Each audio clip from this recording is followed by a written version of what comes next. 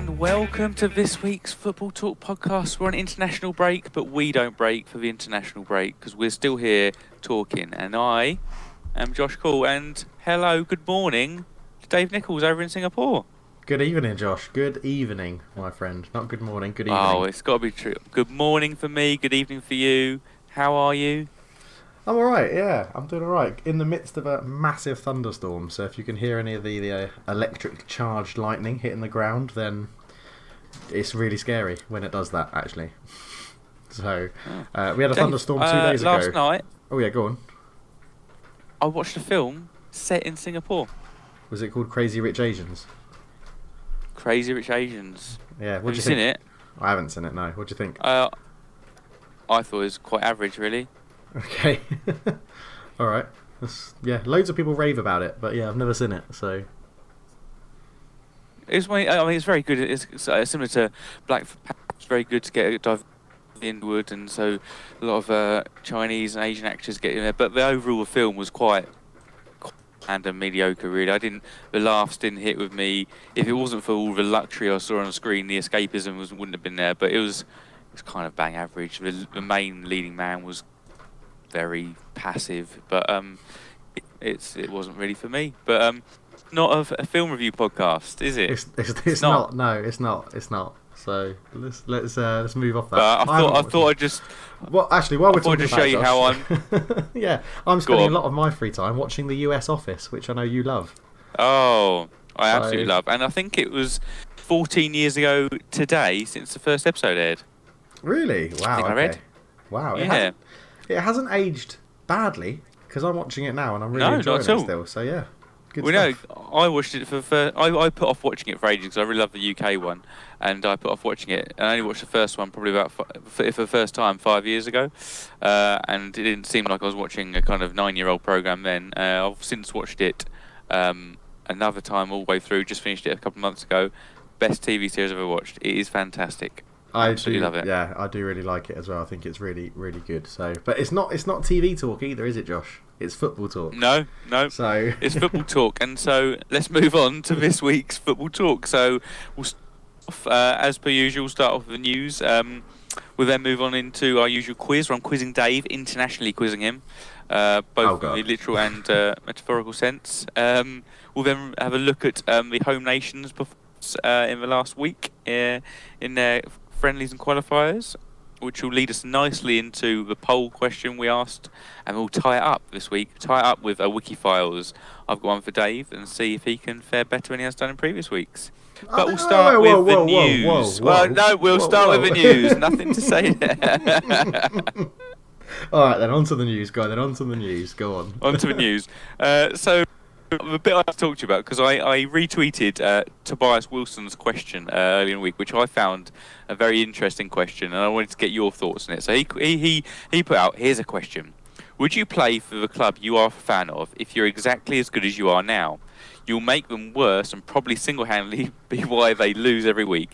You are guaranteed to start every game, and the fans will hate you. 30 grand a week is what you get paid. So would you either, yes, bring on the hate, no, I love my club, yes, because I'm brilliant, no, I'd go mad. So, Dave, how would you do this? So, you'd start a centre-back, would you?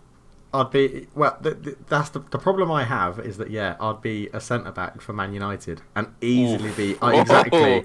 And then it's sort of like, because my initial thought to that question was, yeah, 30 grand a week, I'd do anything for 30 grand a week. But in such a crucial position. Yeah, because he had some addendums, fun twist. Yeah. He said, consider how much the other players hate you. They don't understand why this is happening. They refuse to pass you, and yet every kick-off there you are. Well, I mean, like, the thing, refusing to pass to you, I'd be all in for that. I'd be like, don't give me the ball. Like, just don't give me the ball. But it's like, imagine me marking Harry Kane. Like, oh, God. It'd be absolutely ridiculous. But then it's like, you're getting guaranteed 30 grand a week. Like, I think I could live with the hatred and the embarrassing myself every week for 30 grand. Like, I think I could do that. It's a 4-year contract. It's a 4-year contract. Even better, because you know me, Josh. I'd be injured for at least half of that. So, Yeah, the bit I was looking forward to was like brilliant. Because I've always thought about this, like if I was a millionaire, and I don't know if clubs are completely unreceptive to this, but surely there's some very rich people out there who would love, I know, their son or themselves to train with their Premier League club of their choice for a year. So they go, say I win the Euro Millions, I go, Tottenham, here's 10 million. Can I just train with you? I don't want to play any games. I just want to be a part of first team training. Just turn up every day. I get all the physiotherapy. I get all the, all the coaching and all that. And so I can improve as a footballer, but I also get to experience behind the scenes at my favourite club. But I presume clubs are just like, no, we're actually a professional club here. That we're not running. Yeah, it's not like a charity. Well, it's not charity. Yeah, but you know what I mean. Yeah, bring your kid to work. Bring your shitful baller to work today. Yeah. Yeah, but imagine that, like, imagine even if you went training, right? You rocked up and they're like, right, today, boys, we're doing 5-a-side, and everyone would just be like, fuck, don't give me Josh, don't give me Josh, don't give me Josh. Well, the problem would be is that, right, let's have a warm-up, and one, I'd probably vomit from not being overexerted in the warm-up, or I'd just get injured and be like, well, see you See you in the physio room, boys. Yeah. So, would you say yes, no, yes or no, basically? I'd say yes. For 30 grand a week, I'd wipe my ass in the street in public. 30 grand a week. Every week. 30 grand a week. 30 grand a week. Yeah, it's just ludicrous money, isn't it? Ludicrous. You get taxed 50% of that, though. Oh, I'm not, mate. I live in Singapore. I'm not getting taxed 50% of it. Oh. I'm getting taxed about 4% of it. You live in Singapore. Oh, where you're shitting in the street in Singapore. I've heard the streets in Singapore are lovely and clean. True. Actually, I'd get arrested and shot probably. So it's a lovely place to live. Yeah, but at 30 grand, you'd have done it once. Yeah. So what is it then? You'd have to delete all your. God. You have to delete all your social media accounts, wouldn't you? Oh yeah, yeah. Because you would get abuse galore. Well, I think, so it's a 4-year contract, and you're playing every game you're fit for. You're playing, and it's a fixed 30 grand a week. Yeah, I would do it. I would do it. It's for 4 years of your life, especially now that I'm 32, nearly 33. It'd be great. Yeah. You're like Wes Morgan. Yeah, exactly, but better. Oh. He just signed a new deal. Oh, fuck off, did he? Jesus, that man needs to get up. He signed a new 1 year deal, yeah. Fucking hell. Has he signed up to this question? Is he's like, yeah, I can do that for 30 grand a week and everyone can hate me? It was actually him who posted the question to see if people thought he should sign a new deal. Opinion poll on Twitter from Wes Morgan. Yeah. Oh, bloody. Well, I would do it. I think I would do it, and I could just. Yeah, I would do it, and I'd screw over Man United for the money, and then 4 years down the line, it'd be even better when I go down as the worst player in history at Man United, and then they win the league the year I retire. It would be brilliant. Because you'd still get lots of media work after it. Lots of people want to kind of hear your story. Yeah, hear about how shit you were, what it's really like to be training for a club when you're so unfit. Like, how good are they? People might use you as a barometer. They might be like, how good are these footballers? Like, you're a normal person, and you somehow paid for Man United every week. Like, how good were they? And I'd be like, fucking brilliant. I was fucking dog shit. That's what I've always wanted. I've always wanted that dream of that one fan that gets picked out. Because I always thought, because I'd go up front, I'd be the link man, I'd be the Teddy Sheringham to Harry Kane. But I've always thought, steady on. I know I called myself a good Wes Morgan, but bloody hell, Teddy Sheringham to Harry Kane. Well, I've got no pace, but I think I like to link play together and kind of play the pass and arrive late because I can't run that fast into the penalty area. And but I've always been intrigued to see someone of my level. How many Premier League goals could I score in a season? Like, if I played 38 games, how many would I get? And I'd probably get. I hope I'd get one. One. Yeah. It would be Ali. Was it Ali Dia all over again? Subbed on, subbed off. Yeah. But listeners, if you have your thoughts on what you'd do, would you be able to stomach the hate? Because football players do get a lot of shit these days. Really do get far too much hate for being very good, just to not quite as good as the others. So if you were to put yourself in a situation, could you deal with the kind of mental torment of being in that side? Because all of your dressing room would disown you. It would be such a bleak 4 years. So, yeah, what could you do? Could you do that? Could you do what Vincent Janssen's doing these days? I was waiting for the professional footballer to come out who you were comparing this to.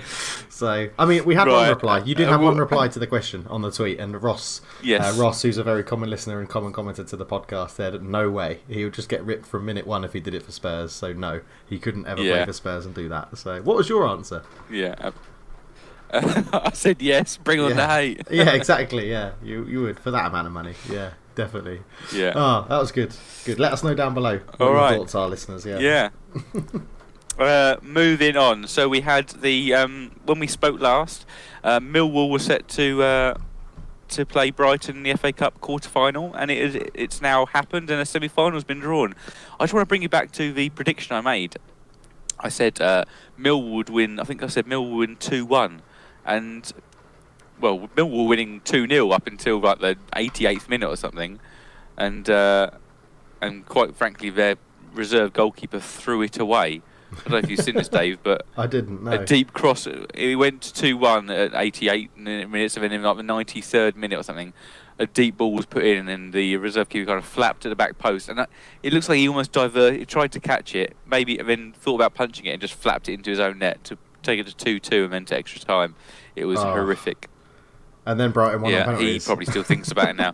Then Brighton won on penalties, So, Brighton are in the FA Cup semi-final. They will be playing Manchester City, whereas Watford will be playing Wolves. Yeah.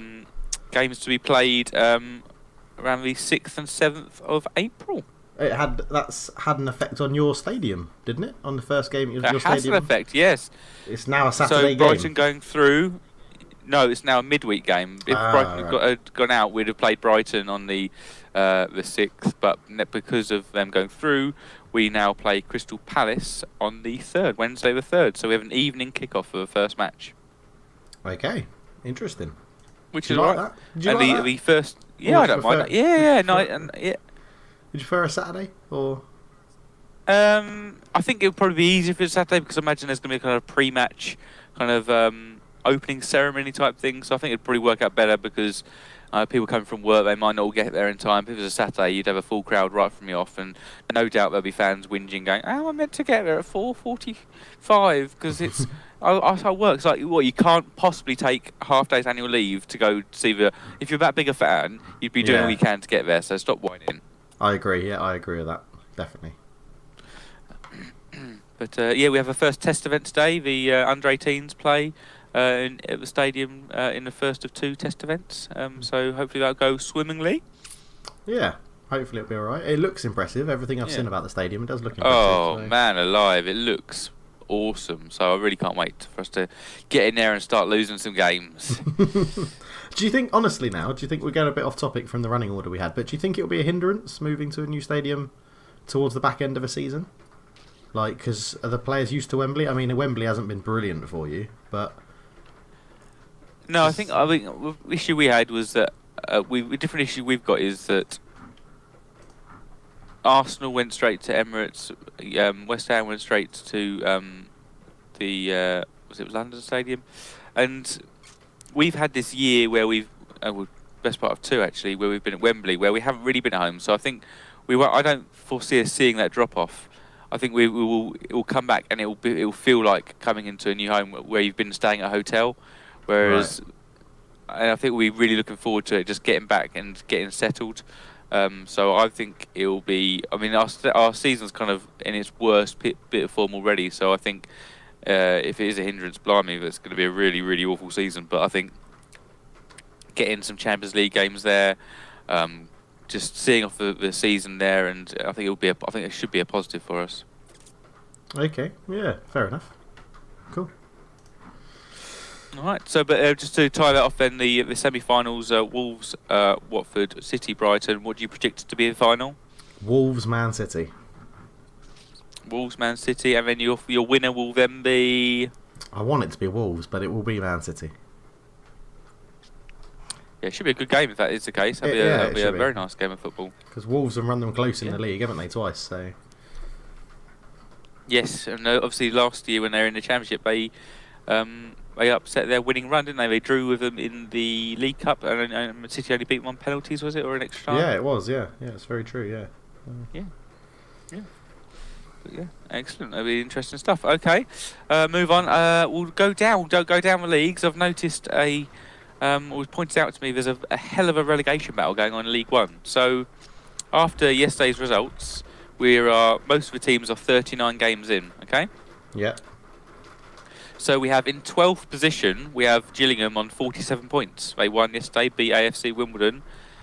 AFC Wimbledon, if we go go way down to 23rd place, AFC Wimbledon are on 39 points. So we have 8 points separating all those sides. Yeah. Wow. Jesus. That is close. Yeah, that is close. And so, to take it further, so in the bottom four at the moment are Walsall, Rochdale, Wimbledon and Bradford. Walsall on 42 points. Just above relegation are Southend on 42 points. So 42 points is what gets you relegated at the moment, and that's only 5 points away from Gillingham. So a couple of wins can put Gillingham straight back into a couple of wins for others, and Gillingham can get straight back into the relegation zone. So it is all to play for in League One to keep themselves above water. And bear in mind, Wimbledon were well and truly out of this a few games ago. They've won 3 out of the last 4, so they've really got themselves back into contention and really brought another team kind of out of that relegation battle, and it brings everybody else into it. So they were done and dusted, but now nice, all to play for in League One. Excellent. Love a good relegation battle at the end of a season. Yes, it's always, and it's good. The Premier League season's good at the moment. We've got relegation battle, we've got top 4 battle, we've got top 6 battle, we've got a title challenge. It's pretty much as open as it can be at this stage, isn't it? I'd agree. Yeah, it's been one of the most entertaining end to the seasons I can remember in Premier League history generally. Okay, all right. Another bit of news. I saw Sir Alex Ferguson's final chewing gum as Manchester United manager was sold for a sum of money. Do you know what this sum of money was, Dave? I didn't even know this was a thing. Yeah, although it says in the actual detail, it says what is thought to be Sir Alex Ferguson's final chewing gum. So it's like, well, right, you're already being a bit ropey here. Yeah. But yeah, that was sold at auction. So how much do you reckon that would sell for? Oh, I don't know. People are crazy, aren't they? Let's go for £1,000. They are crazier than that, Dave. £2,000. They are a whole lot crazier than that. £10,000. They're crazy rich Asian crazy, Dave. Oh God! Just let me know how much. £390,000. What is wrong with people? Are these people earning 30 grand a week? What is? maybe it's Wes Morgan. Yeah, £300,000 for a piece of used chewing gum. That is 390. So 390. Yeah. Fucking hell. So that leads me to: you seemingly didn't bid on this, but have you ever bid for anything like this? Any kind of worn, used memorabilia? Is there anything in your ownership? I've bid on. Well, no, not necessarily worn or used memorabilia, but like signed football shirts and stuff at auctions and charity auctions at work and things, and to raise money for different things. Yeah, I've bid on stuff like that, and I've got Ryan Giggs' Man United signed shirt. But that wasn't an auction. That was actually my mum's shirt, and she gave it to me. What have I bid on?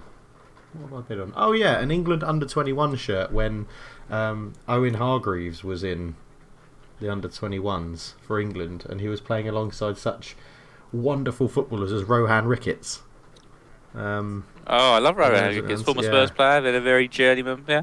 Just touching on Ryan Giggs. Did you see Ryan Giggs' quote earlier in the week about the Cantona thing? Oh, around Arsenal? No, I didn't see that. No. Yeah, he said, I didn't like Arsenal. I didn't like Vieira because he was dirty and got away with murder. I didn't like Petit because he had long hair. I didn't like Bergkamp. I didn't like Pires, even though when you meet him now, he's actually dead nice. I wouldn't even look at them. Oh, wow. Okay. Ryan Giggs, a very good footballer, but a very average human being, is my takeaway. Yeah, he doesn't seem to be the best character of of himself, really, does he? My mum's met him, so my mum when she got her shirt signed, obviously being a Man United fan, her favourite player was Ryan Giggs, and she gave him an honorary degree at the University of Salford when she was working up there. And she ran home and got a Man United shirt and signed it, and she was like, he was absolutely lovely. So maybe he's just a dickhead to other footballers. His brother. And his brother, yeah, and his brother. So, but yeah, okay. What about you? Have you ever bid on auction-related football stuff? Yeah, bid, but never won anything, because I went to watch a... I didn't bid, but there was lots of... I was tempted, but then the price got away from me far too quickly. I went to watch Ledley King and Graham Roberts and Ozzy Ardiles at a kind of you mentioned after that on the dinner pod, thing. yeah. We had an auction during the interval, but I was like, "Oh, should I bid for this?" And then it was like £500, £550. I was like, "Nope." But yeah, so yeah, interesting. Yeah, I've never bid on something like a live venue. It's always been through a website. So okay, yeah, that's a bit sad. All right. What other news? Birmingham City fans. It's not been great for Birmingham City the past few weeks, has it? No, it hasn't. The old Jack Grealish thing, which we did pass over deliberately. So yeah. Yeah, we'll continue to do so, but then they've come into news again because they've been deducted 9 points for FFP irregularities, and I know he's not to blame, but if everywhere smells of shit, look at your own shoe, because Harry Redknapp and clubs who have gone into financial irregularities is far too often a link, isn't there? Well, yeah. But do you put any blame at Harry Redknapp's door? Obviously, he managed Birmingham for a little while, and now Birmingham have. Have come back.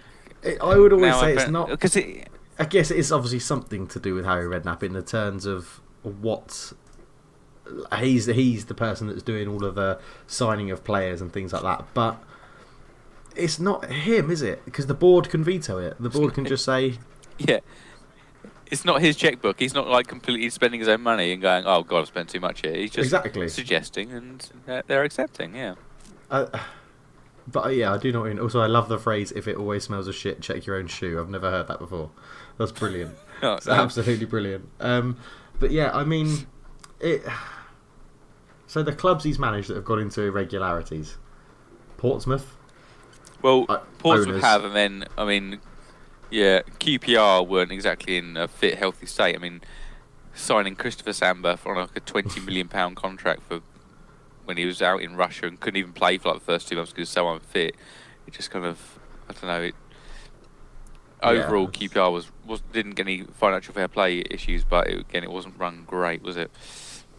No, but is it just that the owners and stuff just trust him a bit too much and therefore just let him spend all the money, or is he just very good at like negotiating with the owners to be like, well, if you have to let him spend this money. He's quite likeable, isn't he? He's just, I think he can pull the wool over some people's eyes. I think he's not as innocent as people accept. But aside from that, Birmingham now, although further down the table they dropped down to 18th, I don't think there are any issues of relegation, because it would be unfair if, I think it's always unfair if a club gets relegated if due to the owner's ineptitude rather than their own ability on a football pitch. But they unless they have a very, very poor end to the season, they should be safe from relegation. Yes, I think they will be, yeah. So, but linked to that, you obviously wouldn't have seen this in the UK, as you're not being in the UK, but Harry's Heroes, Full English has been airing this week, and this is a two-part series, I think, where Harry Redknapp was managing some ex-England pros. It was basically a glorified weight loss program to get these footballers back and fit, but they so it had players such as David Seaman, Neil Razor-Ruddock, Robbie Fowler, Paul Merson, Matt Letizia, Rob Lee. They all kind of they met up and they were all overweight. They get monitored, and first up they played a match against like an under-15 side, a local under-15 side, and it didn't go very well. Harry Redknapp had to call the game off after like 60 minutes because the players were dropping down injured. They were losing, and then they go through a kind of fitness regime. Yeah. Okay, that's it. Yeah. and it focuses on their kind of trials and tribulations, and they play against a second division women's side. I think maybe Crystal Palace do a lot better. Merson and Lettice run the show, but it will culminate with them playing Germany in like after a 12-week period of getting fit and stuff. So I haven't seen the end of it yet, but I found it quite enjoyable. But one problem I had with it is that I started to actually empathise and sympathise with Paul Merson. Okay. What struck me is how crazy it is that football has completely defined their lives. They are football. Like me and you will have our careers, and once we've retired, it will be a career which we kind of don't really discuss. But it's just football is such a large portion of their lives. It is their lives. Their wives experienced it. All of their money and their fame has been generated from it. They still hark back to the good old days of the camaraderie, the dressing room banter. It's just, and Paul Merson's issues around his addiction that stemmed from it, his gambling, his drugs, his alcohol addictions. He has a relapse with his on screen with his gambling addiction.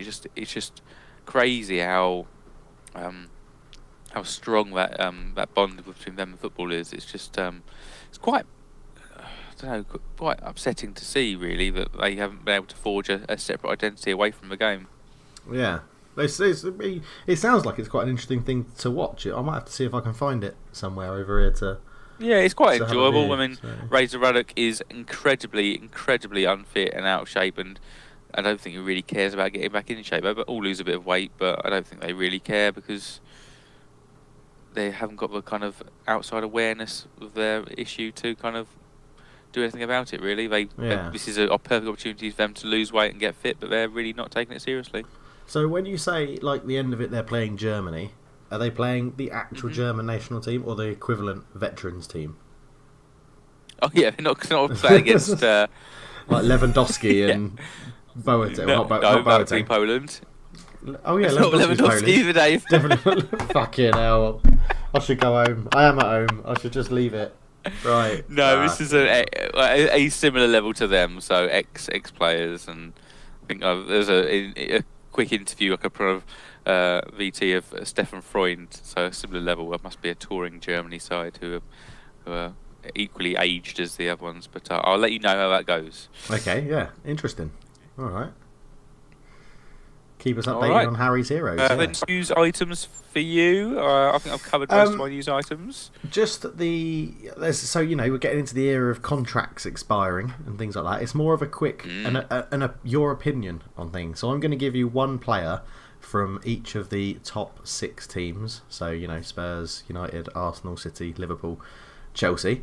And I want you to say whether you would give them a new contract or you wouldn't.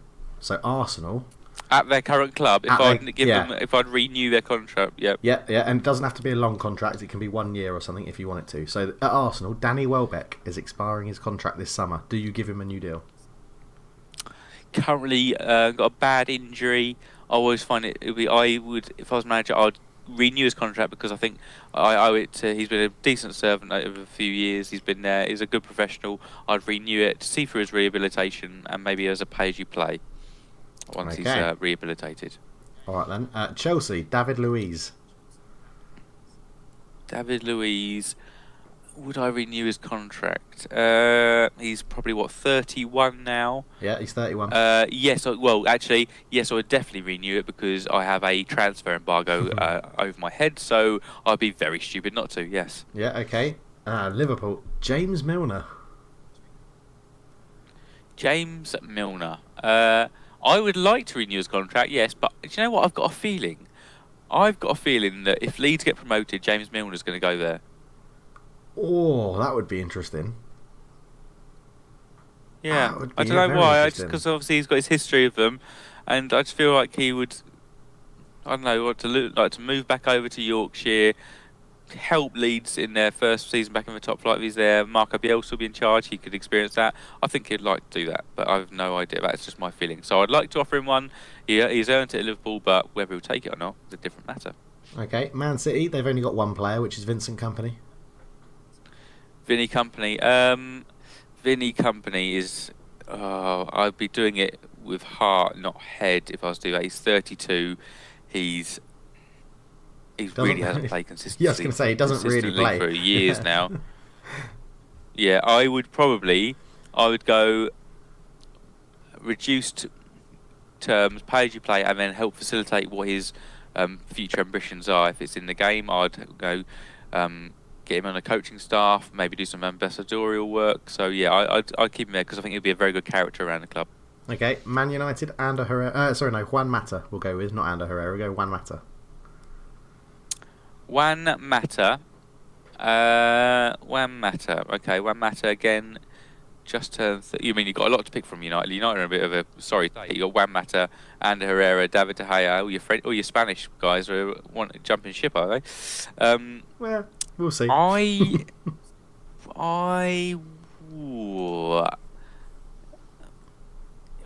like to because I think he can offer something. Yeah, I would do because he's class and he is a very good person to have around.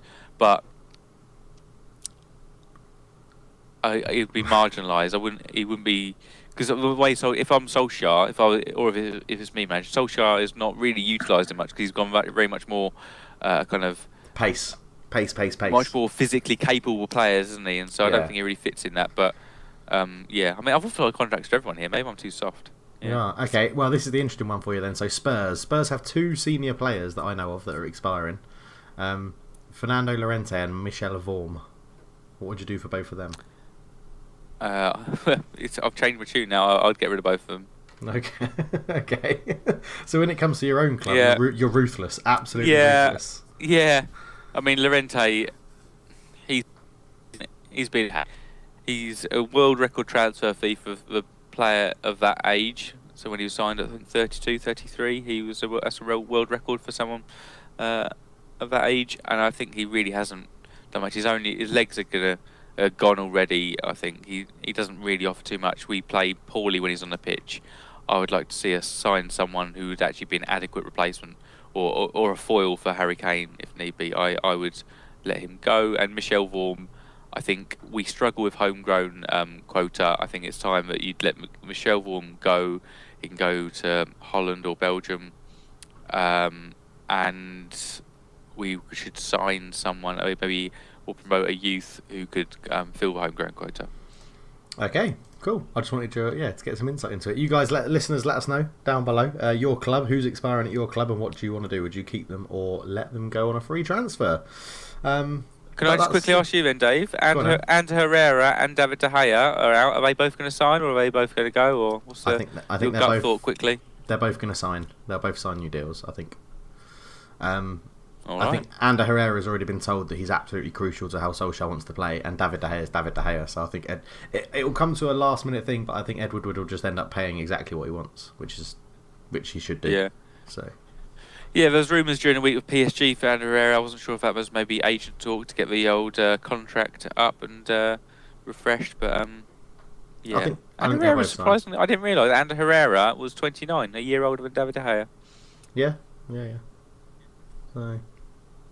Yeah, awesome. Interesting. All right, right. We'll move on to the quiz. So quiz. It is, the quiz. To the Samba time. I've got my pen and Okay, paper. Dave. This is all right. So it's international break, and we have a FIFA World Ranking, don't we, Dave? Oh God, we do, and it's absolutely shite. Which ranks all the nations, and so there's a top 10 to that rankings, Dave. Is there any rankings? There is a top 10 if there's enough, more than 10. And so, can you name for me in any particular order? But obviously, you'll be remunerated appropriately if you get them in the correct order. Can you name for me the top 10 teams in the world as per the current FIFA rankings? Oh God, okay. Right, well, I'm going to try and go for some obscure ones first. I think Switzerland are still up there. Why would you do that? Because the easy ones are the easy ones. I need to get the hard ones. Switzerland are up there, aren't they? Switzerland are in it. Yes, Switzerland are in 8th. 8th, okay, right. Swiss. Okay, Argentina. 2nd. Argentina aren't top 10. Fucking hell, I thought they would definitely be in there. No. Okay, France. Yes, 2nd. Go for the obscure ones, Dave? Yeah, Brazil. Yeah, that plan The didn't last world very champions. long. Yeah. Well, I thought I'd go obscure ones, and then I remembered that we did the 99, not the 99 final. We did that Man United Barcelona final, and I named no Man United players. So I was like, let's just get some answers down, get some success. Yeah, and you have already named Lewandowski and Jerome Boateng in your German starting 11. Yeah. So for Brazil. You mentioned Brazil. Brazil are third, yes. Yeah. Germany. Oh, okay. England. Fifth. Okay. Oh, Belgium. Number 1. Yeah. How are they number 1? What a ridiculous rating so system. You got 4 out of the top 5 at the moment. Wales. They were in there at one point. No, Wales are not in there. Wales. No. Wales are down in. I need one more before we leave it, so I'm at the halfway point. Wales are 19th. Yeah. Croatia after getting to the final. Yes, Croatia are in there. Croatia that completes the top 5, Dave. Oh, they're 4th, are they? Interesting. They are, yeah. Yeah. Okay. So you've named 6. You've got 4 left to go. Okay. Yep. So you got 6th, 7th, 9th, and 10th to name. Okay, and it's not Argentina aren't in there. Can't believe that. No, I think 10th will be your downfall. That's a real shock of that one. Okay. For me, anyway. All right. So from international rankings to international performance, we had the home nations compete this week, and it was a mixed bag, wasn't it, Dave?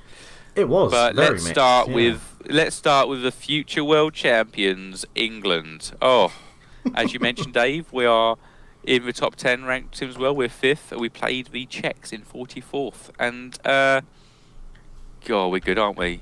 Well, aren't we bloody good? Well, yes. There was a lot of A, comical defending from the Czech Republic, and B, very unlucky defending from the Czech Republic. The amount of times they tackled the ball and it hit another member of their team and bounced into England's path was frankly ridiculous. How many times that happened? Yeah, desperate. Yeah, so that's what it is. But it was a very good game. Yeah, a very good game to scoreline. Raheem Sterling getting a hat trick for England. Harry Kane holding the ball up really well. The youth we've got coming through is just ridiculously good.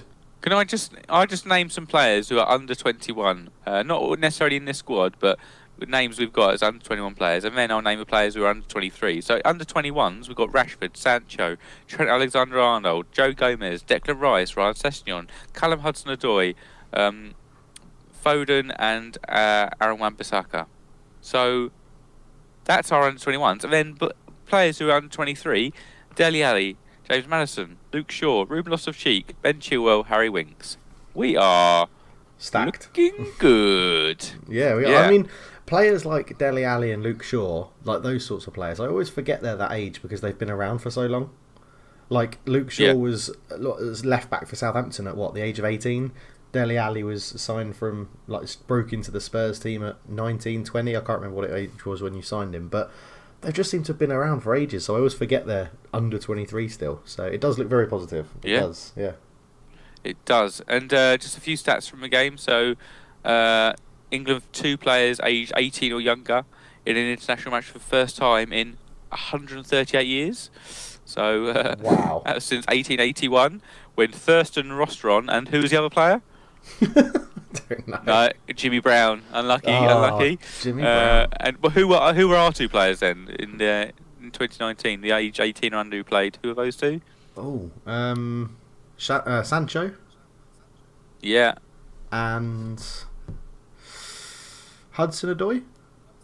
Yes, now England's youngest ever competitive debutant. There you go. Duncan Edwards.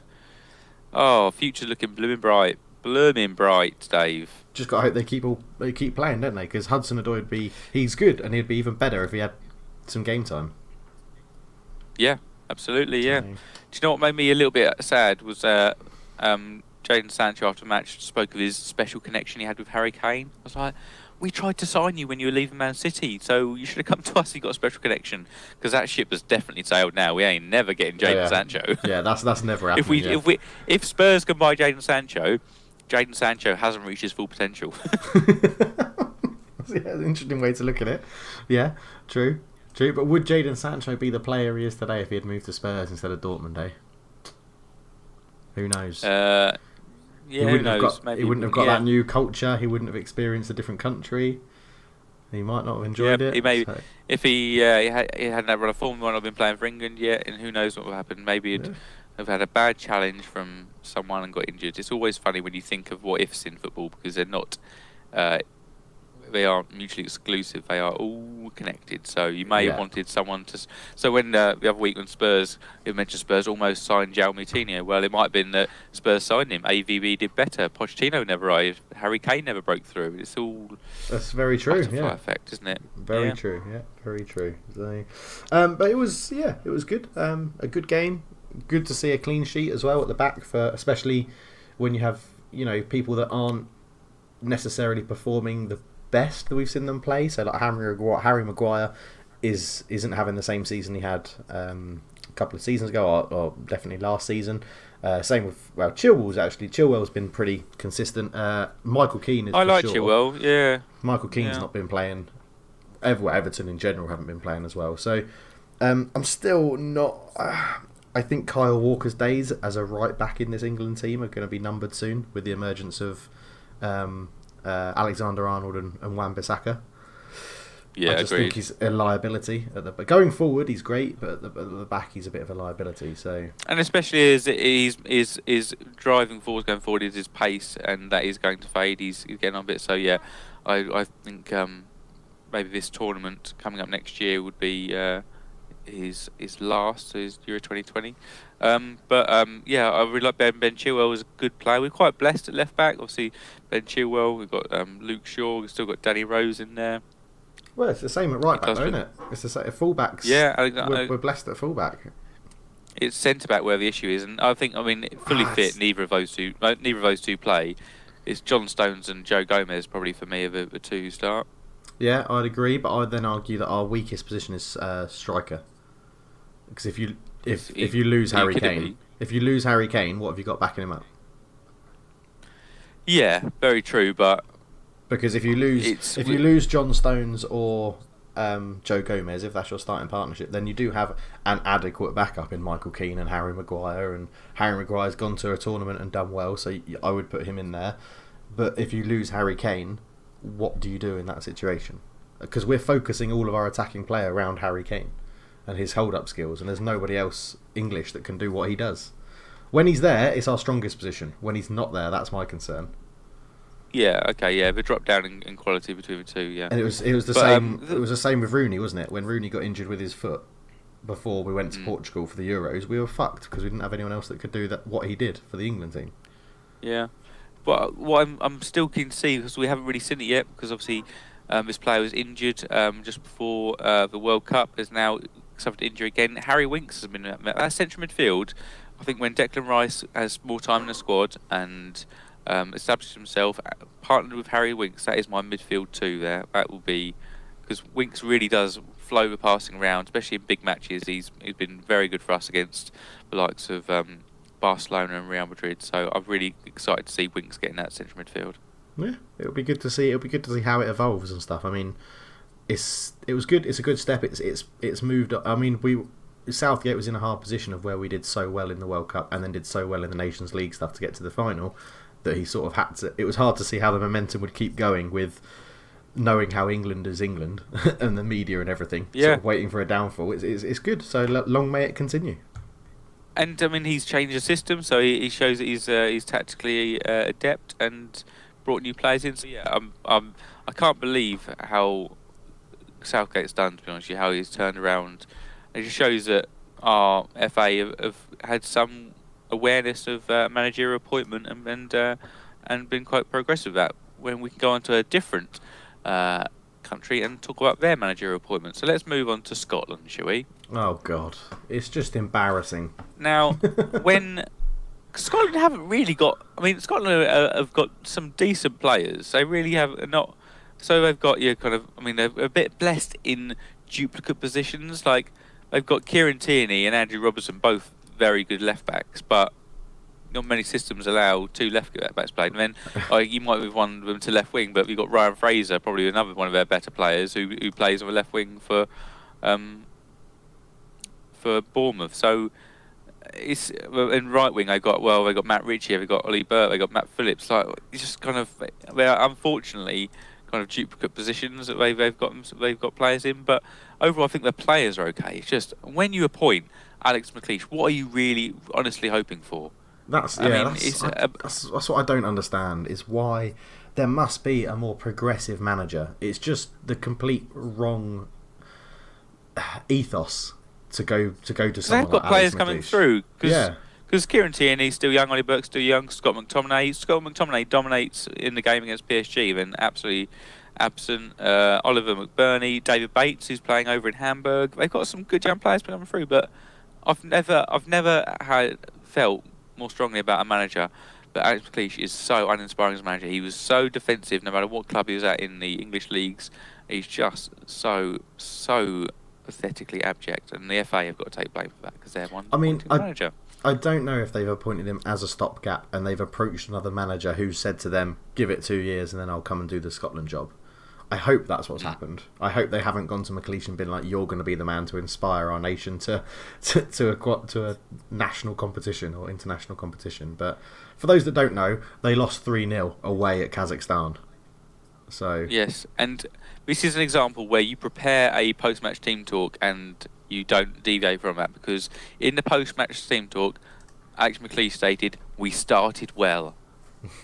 To give you an example of why this is wrong, they were 2-0 down after 10 minutes, 1-0 down after 3 minutes. So, yes, if you take the first 2 minutes, you may have started well in that, but after the third minute, you're a goal down to Kazakhstan, mate. That's not starting well. But that kickoff, it went spot on to how they practiced it in training, that kickoff. Kazakhstan, just to follow on from our FIFA rankings, they're 117th in the world. They're one below Mozambique, one above Guinea-Bissau.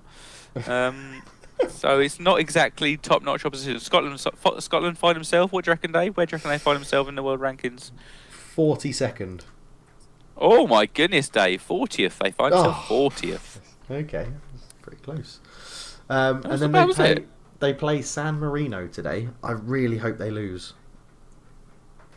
That would be horrific. San Marino are just renowned as the whipping boys of international football, aren't they? Them and Luxembourg. Yeah, exactly. So I really hope they beat Scotland. It's in San Marino as well, so you never know. Get your money on it. Tough place to go. Get your money on it. That's what I'm saying. Scotland not to win. That's what I'd put my money on if I could bet in Singapore, but I can't. Josh, put 50p on it for us. Yeah. 50p on Scotland not to win. Okay, will do. Thank you very much. All right, so I think the future could look bright for Scotland. I just don't think it does currently, because they have actually got some players coming through and they could nurture that talent, but Alex Mcleish is not the man to do it. Let's quickly move on to a couple of the other nations. So we obviously got, we've mentioned him already, Ryan Giggs is the manager of Wales, which still blows my mind a little bit. And they're in quite a fortunate position. They've obviously had a very good Euro 2016. They've got some established internationals. They've got your Bales, Ramseys and Allens, and they've also got some good youth coming through. One of my favourite players when I watched Swansea versus Man City, and he's had a good cup run, is Dan James for Swansea. If you haven't checked him out, because he plays Championship football, obviously he's not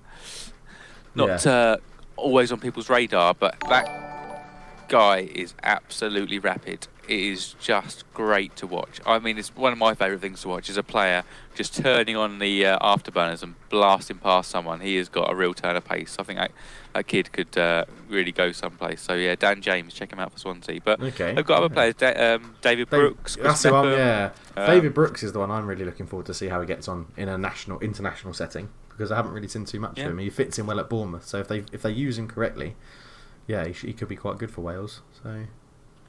Yeah, so I think the future looks bright for Wales. Those older heads are still going to be around. I mean, Gareth Bale's turns 30 this year, but he'll still be playing for Wales for a few more years to come. So he'll still be around, and obviously offers that wealth of expertise and experience. So I think they're in a good position. Obviously, Ryan Giggs is a young manager, progressive, so I think the future looks okay for them as well. Yeah, good. So what do you think about? We talked about obviously Alex Mcleish as Scotland manager. What do you think about Republic of Ireland going back to Mick McCarthy, and they've just scraped through against Gibraltar? So, thoughts on that? So even though Scotland lost 3-0 to Kazakhstan, I really do think the future looks worse for Ireland. Yeah, it looks grim. It really does. I mean, Mick McCarthy. I mean, it's a funny turn of events. Obviously, when Mick McCarthy was last in charge, there's all that palaver with Roy Keane at their training camp, and then he comes in, and Roy Keane was obviously assistant in the last regime, and here Mick McCarthy comes in and replaces him back there with Robbie Keane as his on his coaching staff. But again, it's super uninspiring, isn't it, Mick McCarthy? It's almost as if these Scotland and Ireland haven't really bothered to explore any other possibilities. They've gone, what names do we know? All right, yeah, let's get them in. They're cheap. Yeah. And, but my concern for Ireland is the lack of kind of youth they have coming through. They really have. Well, comparing it back when we were growing up, they had quite a lot of youth coming through, like Robbie Keane. They had a right back whose name I forget. Oh, Seamus Coleman would have been.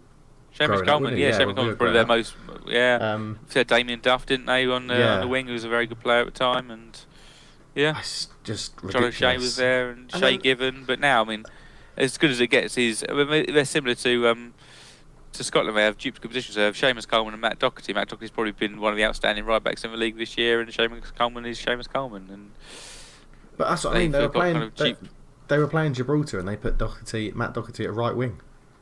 Surely they must have another right winger who can actually play at right wing. Put Doherty into the centre back position if you really want to play him.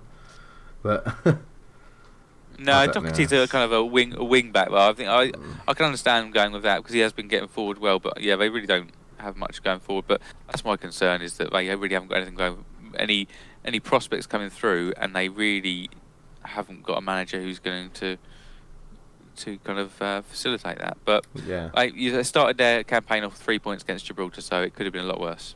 Yeah, very true. So, I mean, it's a similar thought on.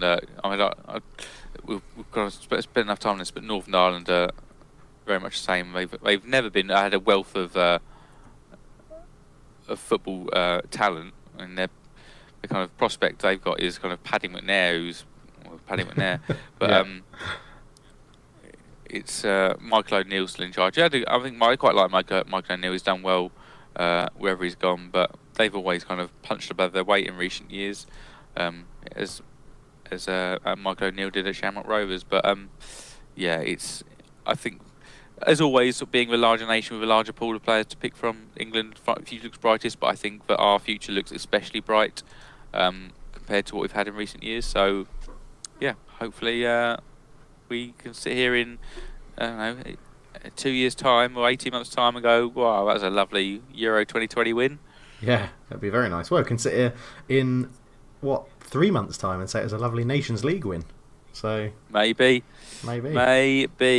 So, unless you have anything else to mention on the home nation's performance so far, we'll move into our poll question. Yeah, good. Go for it. So this links into the England's potential. So Dave posed a question to me, and I was in a meeting, but I'd come up with a similar question in my head. So great minds. We said, with the future looking bright for England, which youngster will go on to have the most caps for the national team? And we put 4 names out there who are all in and around the squad at the moment. So we had Trent Alexander-Arnold, Callum Hudson-Odoi, Jadon Sancho, and Declan Rice. So who did you vote for, Dave? Who did you think was going to get the most caps? Jadon Sancho is who I voted for. Mm-hmm. Agreed, same here. And it's more because of probably his career trajectory, how it's taken so far. Like you say, he's actually done so well in his early career that a move to Spurs would seem like he hasn't fulfilled his potential. You can sort of argue the same with Trent Alexander-Arnold. You can only see him getting better. Hudson-Odoi, we haven't seen enough of him, and Declan Rice is still at West Ham, so you never really know what's going to happen. Yeah, you've got a Liverpool player, a Chelsea player, and a Dortmund player, all could feasibly play there for the rest of their careers, but they're all kind of at European clubs. You'd presume But Declan Rice will be moving on in the future, so his career's got a few more, maybe harder transitions. You never know. It's not always easy to take the step up, but he's doing very well at the moment. Yeah, I think after seeing Hudson-Odoi in the England game, I do think he is better than I realised. Hudson-Odoi, I don't think I haven't had a chance to see enough of him play, and then seeing him come on in the England game was, it was nice. It was nice to see it, and he looked very good. But for me, out of those four, it will be Jadon Sancho, closely followed by Alexander-Arnold. I can see. It all depends what happens with Wan-Bissaka, because if Wan-Bissaka gets a big move, then he might get the nod over Alexander-Arnold because Wan-Bissaka can defend better, in my opinion. That's going to I think it's going to cause some comments. I think, but I think overall, if they're carrying on their trajectories, I'd say Wan-Bissaka will grow to be a better defender than Alexander-Arnold. Yeah, I really rate Trent Alexander-Arnold. His shape puts on crosses and he gets full well.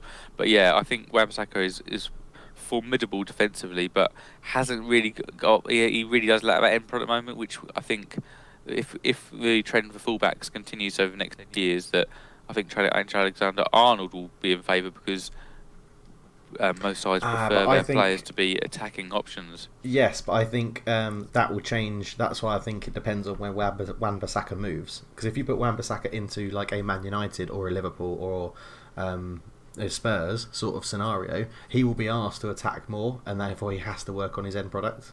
Whereas at the moment, he just has to bloody defend for Crystal Palace. It's defend and chip the ball over the top into Zaha. Generally, is what his role is. So I think he is weaker than Alexander-Arnold going forward, but I think he will grow. I think it's easier to coach attacking football for a defender rather than coaching a defender for an attacking fullback sort of thing. So it's great. It's just great to have those options, though, isn't it? It's just great. So, yeah. But yeah, who did you vote for? Sancho as well, yeah? I voted for Sancho as well, but I think it's because partly because you can see that he's got the talent right here, right now. Hudson-Odoi, obviously, we've mentioned, has been kind of marginalised so far. I don't think he's started a Premier League game for Chelsea yet, so it's easier to say Sancho can make it. But I'd say I think probably in central midfield, obviously, I think there's a lot more that goes on in central midfield, whereas a unique winger who has the ability to take on players and create goals is somewhat unique, and so you can see them getting more game time. Yeah, very true. So just in the comments, go on. Yep. Brett Higgins commented that he voted for Alexander-Arnold. Generally speaking, good fullbacks are good. Well, say again. Generally speaking, good fullbacks are good in short supply, and I think that in the long run he'll edge out Hudson-Odoi and Sancho. Okay. Yeah. So he's gone for Alexander-Arnold. So the votes were 25% Alexander-Arnold, 8% Hudson-Odoi, 50% for Sancho, and 17% for Declan Rice. And I think it's sort of like you said, Josh. I think it's reflected in the fact that a lot of people can see the here and now for Jadon Sancho. So, but it's very interesting. Yeah. Maybe we'll come back to this poll in a year's time and see if we're. I'll make a note of what caps they've got now and see who has the most caps in the year to come. That sounds good. Yeah, cool. All right, let's move on. Sing it, Dave. I got a wiki file. Here comes a wiki file. I got a wiki file for you. Hey, right. Oh no. What? Josh has just sent me something. I've just realised what I've done. Again. You've broken the rule again. You've broken your own rule. You invented the Kana rule, and you've broken it. I'll give it a go. Yeah. I'll give it a go. Okay. So we have what I would probably say is a Brazilian, because he starts his youth career at Flamengo in 91 to 97. He then plays for Flamengo from 97 to 2005, so he gets a good few years under his belt in Brazil, making 135 appearances with 0 goals. Oh, I know who it is. It's fine. 2005, he moves to Chievo and doesn't make any appearances, and that somehow gets him a big move to Inter, where he makes 228 appearances and scores 0 goals. And I've just thought, I know who it is, but what's his name? Oh, crap. 2012-2014, he plays for QPR, making 24 appearances, not 30, Josh. Doesn't score any goals. In 2014, Yeah. he has a loan move to Toronto. 7 appearances, 0 goals.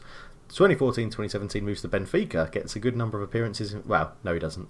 3 years, he plays 57 games. That's not too bad, actually. 0 appearances, and then ends his career back at Flamengo with 1 solitary appearance. I am looking at goalkeeper, and I want to say Julio Cesar, but I don't know if that's correct. Yes, it is him. Yes. So can I just clarify the Chievo piece for you, because that's quite interesting. So he played no appearances for Chievo at the time, because in January 2005 he moved to Italian Serie A club Chievo due to Serie A regulations that impose a cap on the number of non-EU players clubs can sign from abroad. Julio Cesar could not join Inter Milan at the time and was initially registered at Chievo through a deal between the two clubs. So they had a joint ownership of him, where they can pick which club can register him. Okay, interesting. Correct, yes. So, well, there you go. Oh, well, I got it. This links nicely into Harry Redknapp, doesn't it? Wasn't that must have been Harry Redknapp time at QPR? Yeah, it probably was, actually. Yeah, it probably was. That was an odd move. It was very odd. He was old, though, wasn't he, in 2014? 2013 would have been his height of his QPR career. He was he would have been quite old. So, but yeah, it was still only like 33. Not particularly for a goalkeeper. Not completely beyond it. He still goes on to play for Benfica, who you'd say were a better club than. True, but the important thing here, Josh, isn't it, is that he only made 24 appearances for QPR. I mean, that's the important thing. That is somewhat important. Yeah, that is. It can be important. You're an idiot. Yeah, I mean, I've done it twice, haven't I? So it's your rule, and you've done it twice. it is my rule. I'm sorry, Dave. That's all right. I still got it. So just shows the ability of the man. You still did it without even having to adhere to a car rule. So maybe I'll just go even harder, and and just flagrant disregard for the car rules. Yeah, just any player in world football, not the Premier League. Yeah. But there we go. Brilliant. Yeah. Well done, Dave. Good. Well done, Dave. No fond memories. I mean, my memory of Julio Cesar is that he played for Inter Milan when Spurs played in the Champions League, and he was quite a good goalkeeper. Oh yeah, my history, my remembrance of him is that it was a pretty good goalkeeper for Inter Milan. That I don't have any standout thing of him. I just remember him being a pretty good goalkeeper. And Brazil. And he's how many caps for Brazil, do you reckon, Dave? Oh, he would have been in competition with some good keepers. I was going to say 35, but I'll go 45. Oh, no, much more. Oh, whoa. 87. Oh, wow. Okay. I didn't think you'd have that many. Yeah. Okay. Well done, Julio Cesar. Did he win anything for Brazil? Would he have been around when they won anything? Let's have a look. International honours. He nothing brilliant. Copa America and Confederations Cup. Okay, so none of the big stuff they won. Yeah. None of the big stuff. No. Although the Copa America is the same. If Harry Kane won the Euros, you'd have to say that's not a big trophy. Yeah. So. Yeah, very true. It just seemed, because I think that the majority of, when we look at the top 10, when we come back to it, the top 10 countries are predominantly from Europe. So only, I'm not going to tell you how many, but most of them are from Europe, Dave. So it seems like the Euros have a higher calibre of international side than any other. Competitiveness, yeah. So. Yeah. All right. So that brings us nicely to the answers to a quiz. So in Quiz to the Samba this week, I asked Dave who the current ranked top 10 nations were per the FIFA World Rankings, and Dave has named me 6 so far. He's named me Switzerland in 8th, France in 2nd, Brazil in 3rd, England in 5th, Belgium in 1st, and Croatia in 4th. So I need the 6th, 7th, 9th and 10th place countries, please, Dave. Okay, so I don't know the order, but I'm going to... That's fine. I'm going to think Spain would be in there with how much they won recently. Spain. Yeah, Spain are in 9th. Okay, right, so Spain in 9th. And on that logic, I would then say Portugal must be in there because they won the Euros. Yes, Portugal are in 6th. 6th, okay, right. And now I'm struggling because no one else has really won anything recently. No, and these sides haven't won anything recently. They've... one of them has got... Yeah, what's a highlight? What's a recent highlight for these teams? Oh, God. probably the 7th place side, they've probably had a front three, which is probably going down in their history as one of the best ever.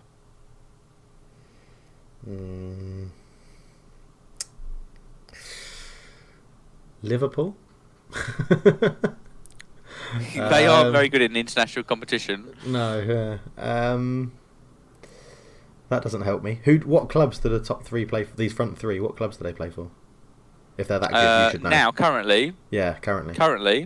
I don't know if one still plays because it's a few years ago. One may have retired. So, okay, just currently, give me the two that you know of. Yeah. The two, PSG and Barcelona. Uruguay. Yes. Yeah. Where does Diego Forlan play for these days? Oh, he's unemployed free agent. Because I can remember I sent you the photo when I signed him on Football Manager Mobile. Oh yes, yeah. He last played for Kitchi in Hong Kong. Yeah. Oh, my neck of the woods. Maybe he's knocking around here somewhere. So... Oh, there he is. All right, Diego. Diego. Whoa. Okay, so they were 7th or 10th? They were 7th. Okay. So give me a hint about the team in 10th. They are a European side, and they have previously won a European Championship. Oh, bloody hell. So which winners have I got? I said Germany, and you said they weren't in the top 10. Correct. France and their journey. Oh my god, we must be talking quite a while ago.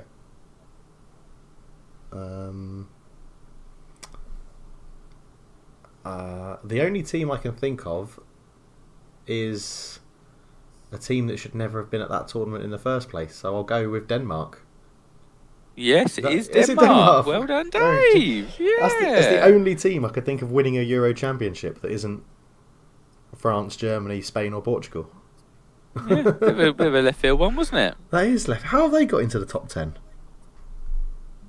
Not entirely sure. We've got a decent side, though. I mean, Kasper Schmeichel in goal, Simon Kjær, Andreas Christiansen, Matthias Jorgensen, Christian Eriksen, obviously, Pierre-Emil Højbjerg. I like him. Yeah, but it's not done on. It's not done on how good your players are. But no. But just on the face of it, like we might think they haven't got the side, but they've got some decent players there. Yeah, I just wanted to look at when was the last. Did they qualify for the last World Cup? Yes, they did. They got to the round of 16. Okay, yeah. How are they possibly in the top 10? That is they didn't qualify for 2014. They didn't qualify for 2006. They didn't get out of the group stage in 2010. They're not very good. No. How are they in the top 10 and Germany aren't? I hate the FIFA rankings, Josh. This has just made me angry. Oh, whoa. Let's just Germany have won something like one competitive international in the last year. Have been knocked out of the World Cup in the group stages, relegated in the Nations League. They definitely should be in there. Very true. Yeah, very true. I'll give you that. We'll leave your very quickly though. 3 facts about Denmark for you. Their first ever win was against France B, and it was played in London. So there you go. Oh my goodness. 9-0 Denmark won it. But their biggest win was also in London, also in the same year, and it was 3 days later, where the Denmark team beat the French first team 17-1. Oh my! So they beat France B 9-0, and then 3 days later beat the actual French team 17-1. And their biggest defeat is they lost to Germany 8-0 in 1937, and the German flag isn't a German flag, it's a Nazi flag, which is a bit weird. So on Wikipedia. Oh, that is weird. Very strange. Yeah. Just to give you, I think why they may be in the top 10, that they have actually lost only one. In under 90 minutes, they've only lost one match in the last year. Ooh, they lost to Slovakia in a friendly. Wow. 3-0. Lots of draws and wins in that time. Have they been playing 50-50 split? Relatively big teams as well. They've beaten in that time. They've beaten Wales, Austria, Wales again in the Nations League. They've beaten Peru, Mexico, and Panama. So Yeah, mix. Fair to middling. They drew with France in the group stages, obviously. Do you remember that? Yeah, see, that'll get him a lot of points. In the old table. So, yeah. Drew. Okay. Yeah. Interesting. All right, well, we'll leave it there. Yeah, definitely. Good. And unless you have any other business, that draws a close to this week's podcast. I do not. I just want to say that it's been, generally in international weeks, it's quite hard to find stuff to discuss, really. But I think we've done quite a good job for International Week. Yeah. Yeah, it's been absolutely. Good. It's not my favourite time of season, I will admit. I don't think it's anyone's favourite time of season unless your name's Callum Hudson-Odoi, because you actually get to play some football. Yes. So. Yeah. Yeah. But anyway, let us know your opinions down below on anything international or anything we've discussed. It's always good. Always good to know. All right. Well, thank you for listening to us this week. But if you want to catch up on previous podcasts, we are now on Spotify. Just search Football Talk, or, as I always say, search Michael Ballsack. That will find us nice and clear. But we obviously have the link to our Spotify channel on our Twitter account, which is @Football Talk. But remember, there's no A in football. There's no A in football. And then our true original home has been YouTube. So search Football Talk there. Subscribe, please, and share us around, and so we can increase our listeners and followers. We can get more user-generated content, so we can say what you want to hear and to cover the topics you want to cover. But for this week, we are done and dusted. So thank you for listening, and until next time.